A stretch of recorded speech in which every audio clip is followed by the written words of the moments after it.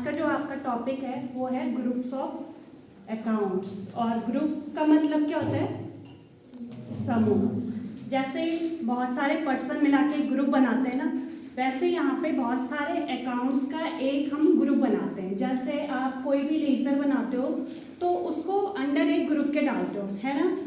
जैसे मैंने यहाँ पे लिखा हुआ है, the group is a collection of laser of the same nature. अब सेम नेचर का मीनिंग क्या समझे? जैसे मैंने क्या किया, दिनेश को सामान सेल किया, ठीक है, तो वो क्या है? सन्ड्री डेटर है ना। ऐसे ही मैंने इनको भी सामान बेचा, माना ये रिया है, ठीक है, रिया को भी मैंने सामान सेल किया, तो ये भी क्या है? डेटर है। तो इन दोनों को हम एक ग्रुप में रखेंगे, तो इसको सन्ड्री डेबिट क्या हो गया? हमारा एक ग्रुप हो गया। तो यही है आज का आपका टॉपिक, ग्रुप ऑफ अकाउंट्स, ठीक है। इसको लिख लीजिए कि ग्रुप ऑफ अकाउंट क्या हो गया? The group is a collection of ledger, और एक लेजर ले रहे हैं। यहाँ पे हमने एक एग्जांपल ले रहे हैं। जैसे यहाँ पे हमारे पास 3 अलग अलग स्टेट के कस्टमर हैं, ठीक है। पहला जो हमने ले रखा है वो है यूपी कस्टमर्स, दूसरा क्या है हमारा? एमपी कस्टमर्स, और तीसरा है हमारा महाराष्ट्र कस्टमर। ये तीनों क्या है? हमारे डेटर्स हैं जिनको हम सामान सेल कर रहे हैं। अब ये चीजें हमें कहाँ से दिखती है? जब आप कोई भी लेजर बनाते हो तो इस तरीके की डिस्प्ले वहां पे दिखती है, गेटवे ऑफ टैली। तो आप यहाँ पे जाते हो अकाउंट्स इन्फो पे, है ना, लेजर्स बनाते हो, उससे पहले आपका यहाँ पे एक ऑप्शन होता है किसका? ग्रुप का। अगर आप लोगों ने नहीं भी देखा है तो जब आप लेजर क्रिएट करते हो तो अंडर किसी एक ग्रुप के ही डालते हो, ठीक है। तो यहाँ पे जो टोटल ग्रुप होते हैं वो 28 होते हैं। 15 आपके प्राइमरी ग्रुप्स होते हैं, जो ग्रुप हमारे किसी भी अदर ग्रुप पे डिपेंड नहीं होते हैं, ठीक है। और 13 हमारे क्या होते हैं? सब ग्रुप होते हैं, जो हमारे डिपेंड करते हैं प्राइमरी ग्रुप पे, ठीक है। अब मैंने कहा कि हमारे ये क्या है? 3 अलग अलग स्टेट के हमारे कस्टमर हैं। कहाँ के? यूपी, एमपी और महाराष्ट्र, बहुत सारों का, ठीक है। जैसे मैंने अभी 3 डेबिटर्स बताए हैं ना आपको, 3 डेटर्स बताए मैंने अभी आपको, यूपी, एमपी और महाराष्ट्र। तो उनको हम डायरेक्ट क्या कर सकते हैं? मल्टीपल ग्रुप में क्या कर सकते हैं? क्रिएट कर सकते हैं, क्योंकि तीनों ही हमारे क्या थे? डेटर्स थे, डेबिटर्स थे ना तीनों। तो हम गए मल्टीपल ग्रुप में और हमने यहाँ पे क्रिएट करना है अंडर ग्रुप। किस ग्रुप में चाहिए हमें? क्या है वो? तीनों हमारे डेबिटर हैं। तो यहाँ से हम चूज कर लेते हैं सन्ड्री डेटर्स, ठीक है। अब यहाँ पे आप क्या लिख सकते हो? यूपी कस्टमर, दूसरा एमपी कस्टमर्स। अब देखो, जब आप यहाँ पे अंडर ग्रुप डाल देते हो तो यहाँ पे खुद से वो शो हो रहे हैं, ठीक है। और तीसरा क्या था हमारा? महाराष्ट्र कस्टमर, ठीक है। अब तीनों ग्रुप हमने क्या कर दिए हैं? क्रिएट कर लिए हैं। तो ये तीनों हमारे, अगर हम यहाँ पे अल्टर या डिस्प्ले करके देखें तो यहाँ पे हमें शो हो जाएंगे, ठीक है। एक है यहाँ पे यूपी कस्टमर, ऐसी एमपी कस्टमर और महाराष्ट्र कस्टमर, ठीक है। अब हम चलते हैं इसी पे कि इनके सब ग्रुप कैसे बनेंगे।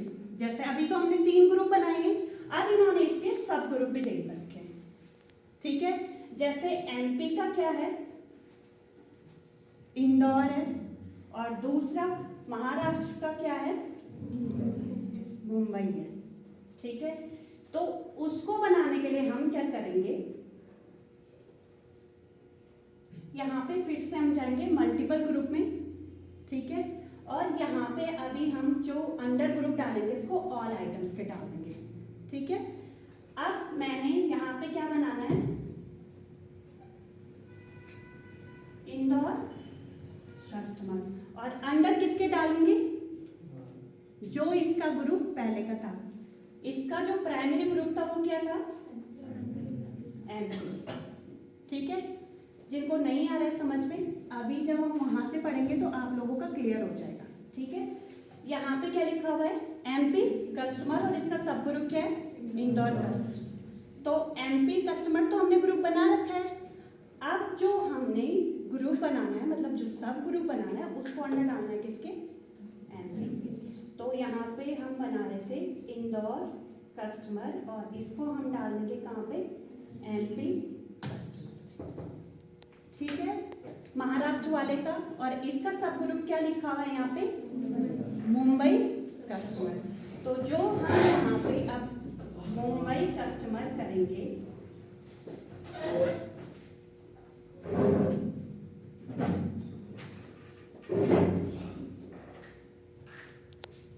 वो अंडर किसके आएगा, महाराष्ट्र कस्टमर, ठीक है। और एंटर मार के हम इसको एक्सेप्ट करेंगे, ठीक है।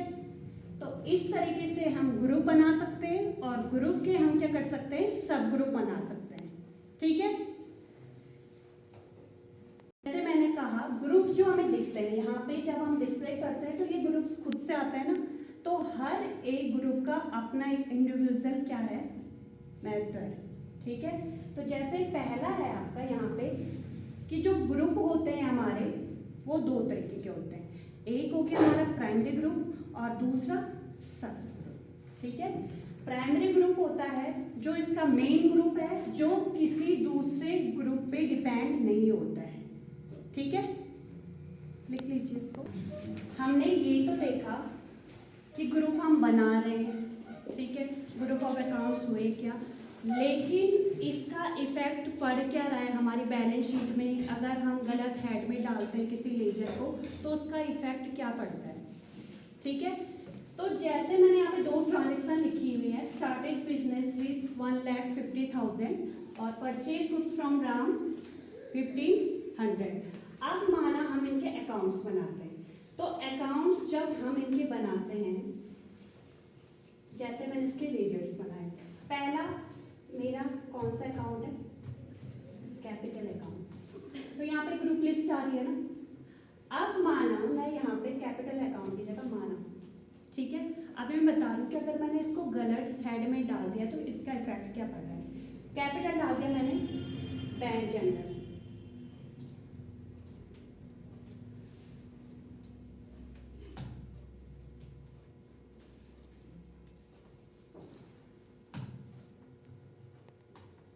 तो इनबिल्ट होता है।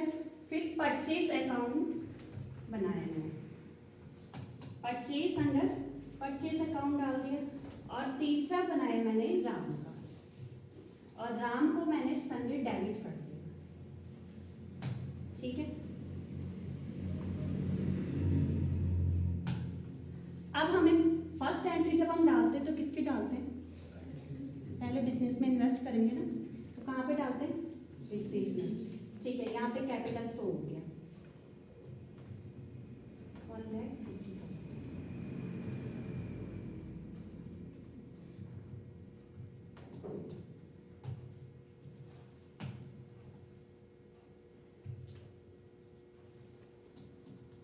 परचेज हमने किससे किया, में जब हम गए तो राम से हमने क्या किया था, खरीदा था ना। हमने हेड क्या चुना था, सन्ड्री डेबिटर। जब हम लायबिलिटीज देखते हैं, लायबिलिटीज का मतलब दायित्व, और दायित्व क्या होते हैं यहाँ पे, अब हमारे क्रेडिटर का पैसा होता है ना। तो अभी जो हमने राम लिखा है वो सन्ड्री लायबिलिटीज, यहाँ पे करंट लायबिलिटीज में नहीं शो हो रहा है, वो कहाँ पे शो हो रहा है,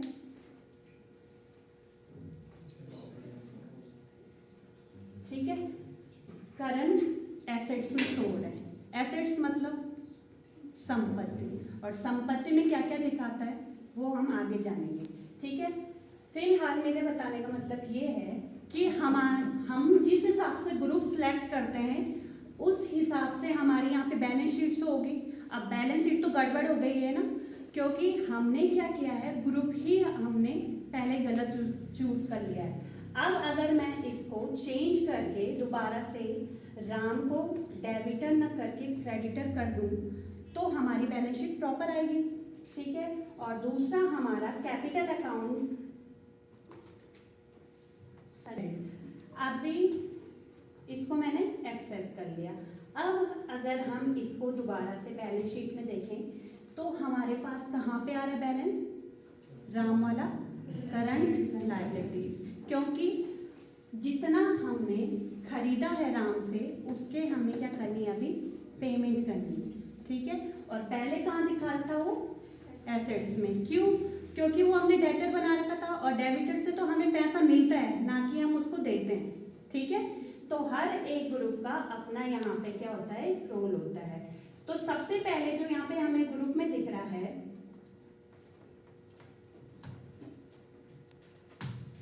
वो क्या दिख रहा है हमें, बैंक अकाउंट।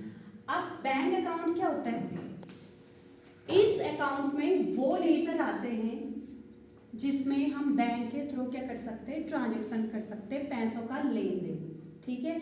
या तो हम पैसे क्या कर रहे हैं, जमा कर रहे हैं, या फिर हम पैसों को विड्रॉ कर रहे हैं, ठीक है। और जो बैंक के हमारे अकाउंट्स होते हैं वो दो तरीके के होते हैं, एक होता है हमारा सेविंग अकाउंट और दूसरा होता है हमारा करंट अकाउंट, ठीक है। एक बार आप लिख लीजिए, फिर वो इसके नेम पे बनेगा और ये किसी कंपनी के नेम पे बनेगा या किसी फर्म के नेम पे बनेगा। जैसे इसकी है मानो सुनील कुमार ट्रेडिंग कंपनी, ठीक है, या प्राइवेट लिमिटेड जो भी है, तो इसके नेम पे बनेगा,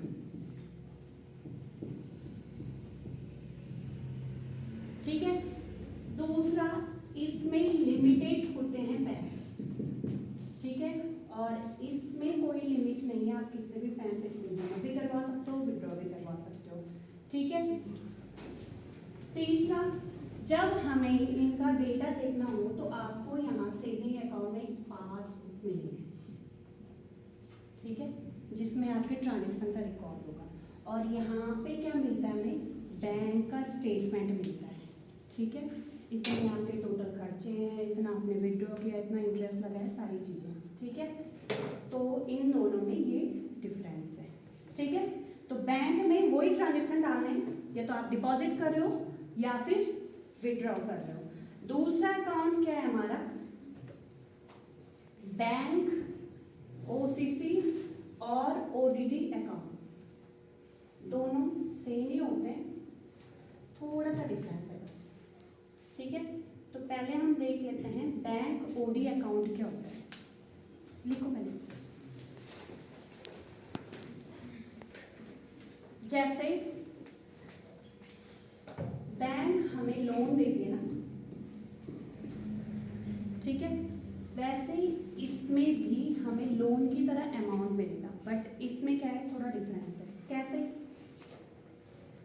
आपने बैंक ने माना आपको एक लिमिटेड अमाउंट की क्या दी,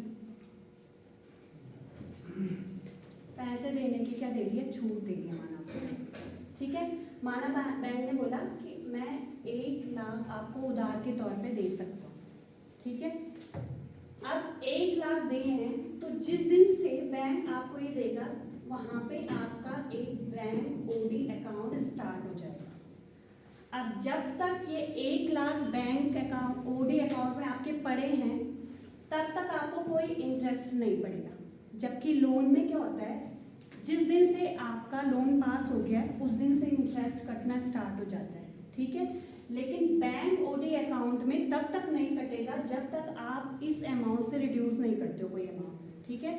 अब माना आपने 30,000 रुपीज इससे विड्रॉ किए, ठीक है। अब 30,000 रुपए विड्रॉ कर दिए तो इस अमाउंट में आपको इंटरेस्ट मिलेगा, ना कि 1 लाख, ठीक है। मैंने कहा माना आपको बैंक 1 लाख रुपए उधार दे दिए, ठीक है, उसने आपको एक लिमिटेड ऑफर दिया है कि आप 1 लाख रुपए की लिमिट में से विड्रॉ कर सकते हो, आप चाहो तो 1 लाख भी विड्रॉ कर सकते हो, ठीक है। अब जब तक ये 1 लाख, जिस दिन से वो आपको ये ऑफर देगी आपका एक अकाउंट बन जाएगा, कौन सा, बैंक ओडी अकाउंट, और ओडी का मीनिंग है ओवरड्राफ्ट, ठीक है। तो जब तक नहीं है तब तक तो 1 लाख पे कोई इंटरेस्ट नहीं है। जबकि लोन में क्या होता है, माना आपने 5 लाख का लोन निकाला, तो जिस दिन से आपने को अप्रूव्ड हुआ है आपका लोन, उस दिन से आपका इंटरेस्ट कटना स्टार्ट हो जाएगा। इसमें नहीं है, वो कह रहा है जब तक आप विड्रॉ नहीं करो हम कोई इंटरेस्ट नहीं काट रहे हैं आपका, ठीक है। अब आपने 30,000 रुपये निकाले उस अमाउंट में से, ठीक है। 1 लाख में से आपने 30,000 क्या कर दिए, निकाल दिए। तो अब बैंक को तो लगाना इसमें था इंटरेस्ट, लेकिन बैंक ओवरड्राफ्ट अकाउंट में इस अमाउंट पे नहीं लगेगा इंटरेस्ट। किस पे लगेगा, जो आपने 30,000 रुपये क्या किए हैं, विड्रॉ किए हैं। कब तक कटेगा ब्याज, जब तक आपने ये 30,000 रुपये पूरे जमा नहीं किए, ठीक है। जिस दिन ये 30,000 रुपये आपके जमा हो गए उस दिन फिर नो इंटरेस्ट, उस दिन से आपका कोई ब्याज नहीं कटेगा। तो ये डिफरेंस है लोन और बैंक ओडी अकाउंट में, समझे। जैसे समझ गए ना सब, किसी को कंफ्यूजन, पक्का, ठीक है। अकाउंट, ओपन कैश क्रेडिट,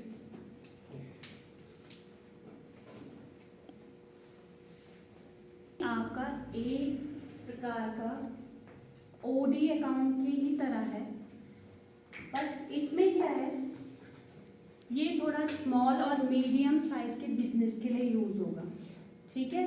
और इसमें क्या है, जितने भी आपकी टर्न ओवर होगी या जितना आपके पास स्टॉक होगा उस बेस पे आपको क्या करेगी, बैंक क्या करेगी, प्रोवाइड करवाएगी कैश लिमिट, ठीक है। तो है तो ओडी की तरह है, वैसे दोनों को सिमिलर ही माना जाता है, ओडी और ओसी को, ठीक है। जो है वो है ब्रांच रिलेटेड, और ब्रांच का तो मैंने अभी एग्जांपल दे दिया, तो जिसको नहीं आया समझ लो, अभी समझाती हूँ, फिलहाल इसको लिखो। कस्टमर ले रखे थे, एक है यूपी का, एक एमपी और एक महाराष्ट्र, ये हमारे 3 के माना हेड ऑफिस हैं, ठीक है। और इनकी अलग अलग ब्रांच है, जैसे इसकी कोई ब्रांच नहीं दिखा रखी यहाँ पे, इसकी है। जो एमपी है उसकी एक ब्रांच है कहाँ पे, इंदौर में, और महाराष्ट्र की कहाँ है माना, मुंबई में। तो हमने यहाँ पे क्रिएट करके देखे थे 3 हेड ऑफिस के ग्रुप। क्यों, क्योंकि इनकी अलग अलग ब्रांचेस हैं, तो हमारा जो भी सप्लाई होगा सामान का, जो भी एक्सपेंसेस होगा वो हेड ऑफिस करेंगे, ठीक है। तो मेन जो अकाउंट का बनेगा वो इनका बनेगा, ठीक है। और इनके जो लेजर बनेंगे सब ग्रुप वाले, वो अंडर किसके पड़ेंगे, जो इनके ग्रुप हैं। एक्चुअल में जो इसका हेड ऑफिस है वो इसका ग्रुप बनेगा, ठीक है। जैसे मैंने यहाँ पे माना सीपीसी अपना ही करवाया,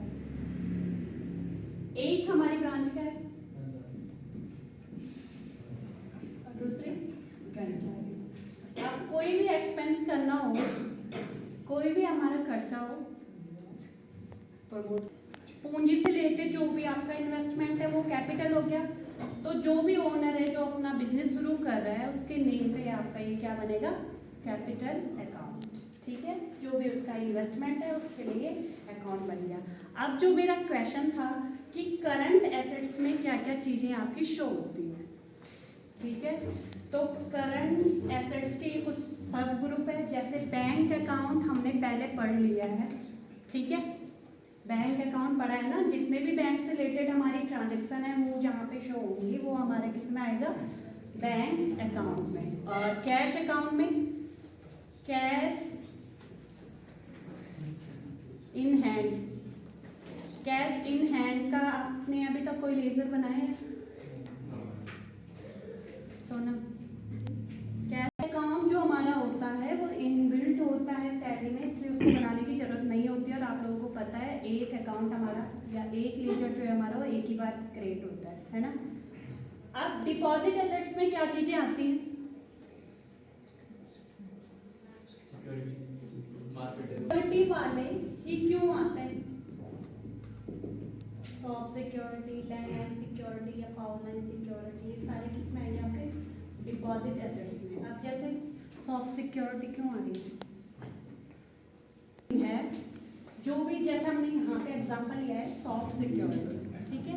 जैसे आप किसी ने, जैसे अंकेश ने लिए मेरे से, तो उन्होंने मेरे को पहले क्या देंगे, वो पैसे देंगे। जैसे 50,000 रुपये मेरे पास जमा करके रखे हैं, जमा, इसीलिए हम इसको क्या बोल रहे हैं, डिपॉजिट। क्योंकि अभी ये कोई फिक्स नहीं है कि मैं वो अमाउंट रखूँगी, तब तक नहीं रख सकती हूँ, मतलब तब तक रख रही हूँ जब तक उनका काम चल रहा है, ठीक है, वो पेड कर रहे हैं रेंट वगैरह, ठीक है।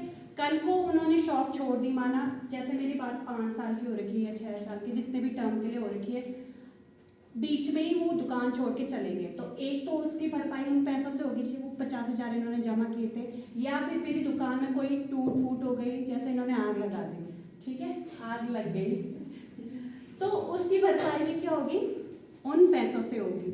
अगर कोई भी टूट फूट या कोई भी लॉस नहीं हुआ है तो वो पैसे हमें क्या होते हैं, रिफंड होते हैं, मतलब वापिस होते हैं, इसीलिए हम इसको डिपॉजिट बोल रहे हैं, क्योंकि हमने जमा करके रखे हैं, ठीक है।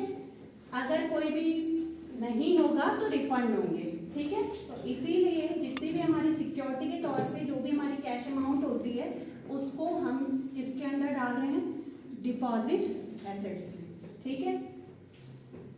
अब क्या है,